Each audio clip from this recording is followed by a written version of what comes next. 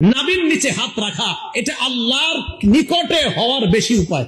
আমি পড়াশোনা কইরা মনে করছেন যে আন্দাজি আমল করবো না, আমার শুদ্ধ হবে না, পাগল নাকি আমি? হ্যাঁ, আমি পড়ছি কি করতে? একজন ডাক্তার হয়েছে, ডাক্তার হওয়ার পর ওনারা আপনি বললেন তুমি পাগল, বেচারা কষ্ট পাবে না? তা আমি এই 16 বছর 20 বছর পড়াশোনা করলাম ভুল আমল করার জন্য না সঠিকটা জানার জন্য? তাই ভাই আমি আমারটা বলছি। তাহলে হাত উঠাইলাম, রয়ে গেল এবার হাত বাঁধবেন কই হুজুর? ঠিকই তো? এই ব্যাপারে 3টা হাদিস শোনেন। এক, তিরমিজি শরীফের 252 নম্বর হাদিস। এই হাদিসের মধ্যে আসছে কানান নবী সাল্লাল্লাহু আলাইহি ওয়াসাল্লাম ইয়াউম্মুনা, নবী আমাদের ইমামতি করতেন। ইয়াখুযু শিমালাহু বিয়ামিনিহি, আল্লাহর নবী বাম হাতকে ডান হাত দিয়ে ধরতেন। কোথায় ধরতেন? নাই। ডান হাত দিয়ে বাম হাত ধরতেন, এটা আছে। কোথায় ধরতেন? এটা নাই। আবার বলছি, ডান হাত দিয়ে বাম হাত ধরতেন, কোথায় ধরতেন? এটা নাই। তাহলে হাদিস একটা পাইলাম তিরমিজি শরীফের 252 নম্বর, ডান হাত দিয়ে বাম হাত ধরতেন। এবার বুখারী শরীফের 740 নম্বর হাদিস শুনেন। এই হাদিসে আসছে কানান নবী কানান নাস ইউবারুনা আইয়াদু আর-রাজুলুল ইয়াদাল ইউমনা আলা জিরাইহিল ইউসরা, সাহাবাদেরকে আদেশ করা হতো সাহাবারা যেন ডান হাত দিয়ে বাম হাতের বাহু ধরে। বলেন ডান হাত বাম হাতের বাহুতে রাখবে। বলেন ডান হাত বাম হাতের। প্রথমে পাইলাম ডান হাত দিয়ে বাম হাত ধরা, বুখারীর হাদিসে পাইলাম ডান হাত বাম হাতের বাহুতে রাখা। এখন আপনাকে প্রশ্ন, হুজুর আমরা তো কবজি ধরি, এই তো? আর আমরা কবজি ধরি না? তাহলে আবার আগের কথা, এমন এক হাদিসের উপর আমল করবো যে হাদিসে বাহুও আসে, কবজিও আসে, তালুও আসে, যে আমল করলে নবীর 3 হাদিসের উপর আমল হয় এমন কোন হাদিস পাই কিনা দেখি। আবু দাউদ শরীফের 727 নম্বর হাদিস। হাদিস যা বলছি সব সহিহ হাদিস। আবু দাউদ শরীফের 727 নম্বর হাদিস। এই হাদিসে আসছে রাসূল আকরাম সাল্লাল্লাহু আলাইহি সাল্লাম ওয়াদা ইয়াদাহুল ইউমনা আলা যহরি কাফিহিল ইউসরা ওয়া রুসদি ওয়া সাইদি, নবীর ডান হাত দিয়ে বাম হাত মুবারক এমন ভাবে ধরতেন যে নবীর ডান হাত বাম হাতের তালুর পিঠ ধরতো, বাম হাতের কবজি ধরতো, বাম হাতের বাহু ধরতো।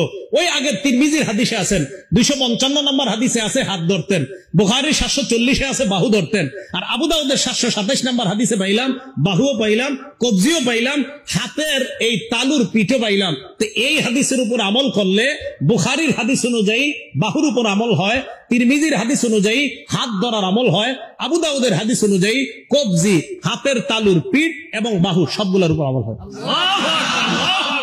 ভাই আমি এই জন্য এটা পালন করি। আমি কখনো কাউকে আঘাত করে কথা বলা পছন্দ করি না আমি। কিন্তু আমাকে যদি বলেন কেন, আমি বলবো এই কারণে আমি 3 সুন্নাহ পালন করে বেশি সওয়াব চাই। আমি আগেও বললাম ওই জায়গায় আমি বেশি সুন্নাহ পালন করে বেশি সওয়াব চাই। এবার শুনছেন দ্বিতীয় কথাটা, এটাই হানাফি মাযহাব। এটা কি মাযহাব? এটা কোনো নতুন ধর্ম না, এই ভুল বুঝবেন না। এবার আসেন হাত বাঁধবেন, এই তো কি করবেন? হাত বাঁধবেন। এই কথাগুলোর বিরুদ্ধে যদি কারো কেউ থাকেন মন দিয়ে শোনেন, শিক্ষিত কোন যুবক ভাইরা যদি থাকেন শোনেন, শোনার পরে আমার বিরুদ্ধে কিছু লেখার আগেও আপনি অন্তত মাথাটা লাগায় চিন্তা করবেন যে আসলে রাসূলের সুন্নাহ কোনটা। আর আমি তো কাউকে আঘাত করে কাউকে ইঙ্গিত করে কিছু বলছি না, আমি শুধু বলছি আমার সালাত শুদ্ধ কিনা, আমার সালাত কি কিনা, আমার নামাজ। এখন আসেন হাত রাখা। সহিহ ইবনে হিব্বান আরো অনেকগুলা কিতাব আছে, বলে এই জায়গা খালি মুসান্নাফ ইবনে আবি শাইবা মনে রাখবেন। মুসান্নাফ ইবনে আবি শাইবা 3959 3959 নম্বর হাদিস।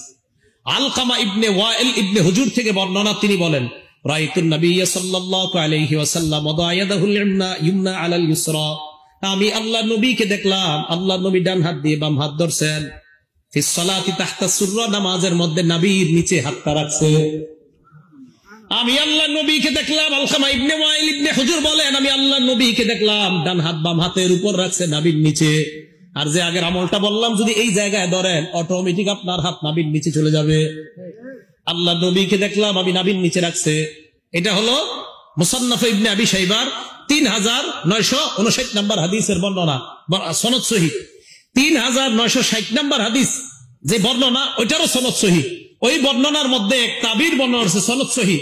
উনিও বলছেন যে রাসূল আকরাম সাল্লাল্লাহু আলাইহি সাল্লামের নামাজের পদ্ধতি এটাই যে ডান হাতকে বাম হাতের উপরে রাখা। শুধু তাই না, ইমাম বুখারী রাহমাতুল্লাহি আলাইহি উস্তাদ ইসহাক ইবনে রাহওয়াই রাহমাতুল্লাহি আলাইহি বলেন নাভির নিচে হাত রাখা এটা আল্লাহর নিকটে হওয়ার বেশি উপায়। সুবহানাল্লাহ। কার উস্তাদ? কইতে শরম করে, কার উস্তাদ? জি, মানে এটা চিন্তা করে গেছেন আপনি, ইন্না হুজুর ইমাম বুখারীর উস্তাদ নাভির নিচের কথা কইছে। টেনশনে পড়ে গেছেন।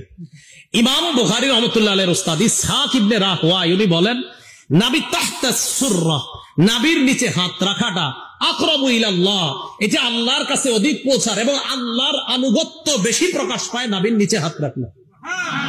আমি কিন্তু বলছি না অন্যগুলা ভুল, এটাও একবারও বলি নাই। আমি বলছি আমি কেন এইভাবে নামাজ পড়ি। তো আমি ভাই এই জন্য বলি, ইমাম বুখারী রাহমাতুল্লাহ আলাইহির উস্তাদ একটা কথা বলছে, তো আপনি ওই যুগে একটা বলছেন, তা আপনারটা আমি কেন শুনবো, ওনারটা না শুই না? না যদি বলেন না হুজুর আমারটাই শুনতে হবে, ওনারটা শুনলেন না, তখন আমি কমো আচ্ছা তো কি করা, ঠিক আছে আপনারটাই হুনিয়া আইন, কি করবেন কন। এই তো ইমাম বুখারী রাহমাতুল্লাহ আলাইহির উস্তাদের কথা তুই আপনারটা শুনবো না। আমি আবারও বলছি আমি এইভাবে কেন নামাজ পড়ি, শুধু এগুলা বলছি।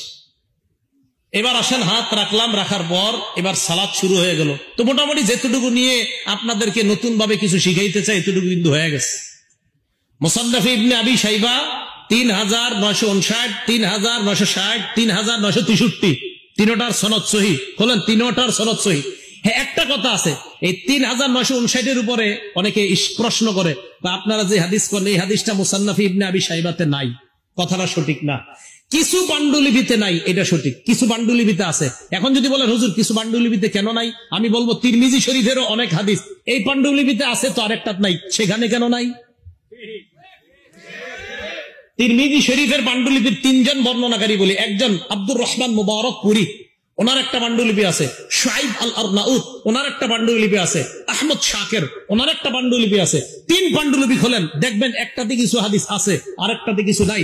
যদি বলেন একটাতে কিছু থাকা আরেকটাতে কিছু নাই, এটা মানি না, তো তিরমিজিও তো মানবেন না, এটা তো 6 কিতাবের এক কিতাব। তাহলে এই অভিযোগ সঠিক না। সহিহ হাদিস যেখানেই পাবো সেখান থেকে নিব, এটা যেই কিতাবই থাক।